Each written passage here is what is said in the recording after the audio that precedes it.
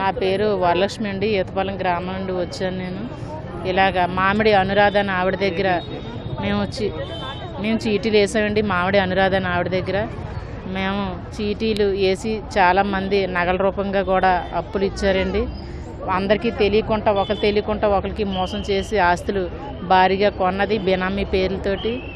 అందరూ వెళ్ళి డబ్బులు అడిగితే ఇస్తానని గడువులు ఇచ్చి గ్రామ పెద్దల సంస్థల్లో కూడా గడువులు ఇచ్చుకుంటూ వచ్చిందండి. ఇచ్చిన తర్వాత మీరు అందరూ ఏం చేసుకుంటారో చేసుకోండి, చట్టాలు మా వైపు ఉన్నాయి, మీరు ఎక్కడికి వెళ్ళా రూపాయి రాదు, నేను ఐపీ పెట్టేసుకుంటాను, మీరు ఎవరు ఏమీ చేయలేదు అని వాస్తవాలు ఆవిడ మాట్లాడుతుందండి. మేము ఏం చేయాలో తెలియక గ్రామ పెద్దల దగ్గరికి తిప్పల నాగిరెడ్డి ఎమ్మెల్యే గారి సంస్థకు కూడా తీసుకెళ్ళాం. మేము పిలిపించి మాట్లాడుతానన్నారు, పిలిపించి మాట్లాడలేదు. స్టేషన్ కంప్లైంట్ ఇమ్మన్నారు. స్టేషన్కి వెళ్తే సీఏ గారు కేసు బుక్ చేస్తేనే మేము ఎంక్వైరీ చేస్తామన్నారు.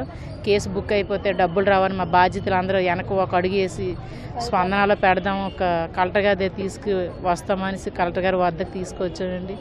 మా సమస్యలు అందరూ పరిష్కరిస్తారని. మా గ్రామ పెద్దలు కూడా మాకు న్యాయం చేయలేదండి. ఇందులో ఏంటంటే పితాని అన్నవరం గారు యాండ ఉందండి. తర్వాత ఎన్టీవీ కృష్ణ విలేకరు కూడా ఉన్నారండి. అతను స్టేషన్కి వచ్చి ఆవిడకి సపోర్ట్ చేసి మాట్లాడారండి. వాళ్ళు కూడా బయట తీయాలి, వాళ్ళు బయట తీస్తే వాళ్ళ వెనకాల ఉన్న వాళ్ళు అందరూ వస్తారండి. ఎన్టీవీ కృష్ణ లంచం తీసుకున్నాడండి 70,000 లంచం తీసుకొని నేను కాలు పట్టుకున్నానండి స్టేషన్లోని. అన్న మా కడుపు మీద కొట్టకన్నా మేము రూపాయి టీ అమ్ముకొని 4 బిళ్ళలు బిస్కెట్లు అమ్ముకొని రూపాయి పోగేసుకొని కట్టుకున్నాను. నా కడుపు కొట్టకని స్టేషన్లో కాలు పట్టుకున్నాను. ఆ అన్న మనసు కరగలేదు. ఇందులో ఎన్టీవీ కృష్ణ ఫుల్ సపోర్ట్ చేశాడండి ఆవిడకి. ఎన్టీవీ కృష్ణ పితాని అన్నవరం గారు కూడా ఈతపాలెం అండి. మా గ్రామ మాజీ ప్రెసిడెంట్ అండి, వైసీపీ పార్టీ అండి.